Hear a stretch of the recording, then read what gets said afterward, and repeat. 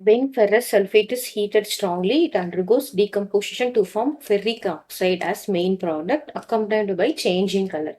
So ferrous sulfate crystals நமக்கு எப்படி இருக்கும் அப்படின்னா ferrous sulfate will be ferrous sulfate 0.7H2O. So இது நம்ம ஹீட் பண்ணும்போது சரியா, இது 7H2O இருக்கும்போது இது என்ன கலர்ல இருக்கும் அப்படின்னு பார்த்தோம்னா this will be green in color.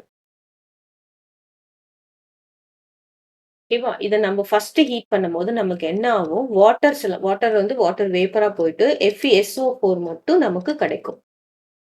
ஓகேவா, இதை நம்ம என்ன சொல்லுவோம், ஆன்ஹைட்ரஸ்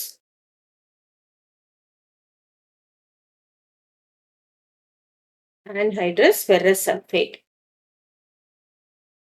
ஓகேவா, so anhydrous ferrous sulfate will be in white color.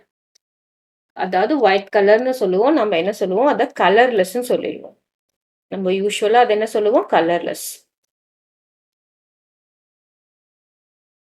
Next நம்ம அதை ஃபர்தரா ஹீட் பண்ணும்போது, ஓகேவா, நான் ஃபர்தரா ஹீட் பண்ணும்போது நமக்கு என்ன கிடைக்குது அப்படின்னு பார்த்தோம்னா FeSO4 ஃபர்தரா ஹீட் பண்ணும்போது will be getting Fe2O3, that is ferric oxide, Fe2O3 plus SO2 plus SO3. So இதெல்லாம் கேஸ், இது சாலிட். இப்போ நமக்கு இதோட கலர் தான் கேட்குறாங்க. So what is the colour? So that will be brown in colour. ஓகேவா,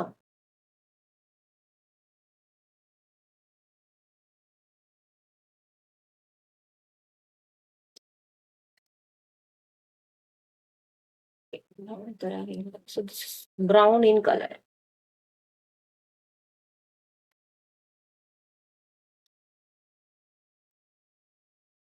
So color changes from green to brown.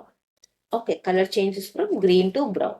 First green-ஆ இருக்கும், with water crystals தான் இருக்கும், ஆனா இது water molecules present இருக்கும். அதோட ஹீட் பண்ணோம்னா water molecules வெளியில போயிடும், கலர்லெஸ் ஆயிடும். அதுக்கப்புறம் என்ன ஆயிடும், brown color. The color changes from green to brown.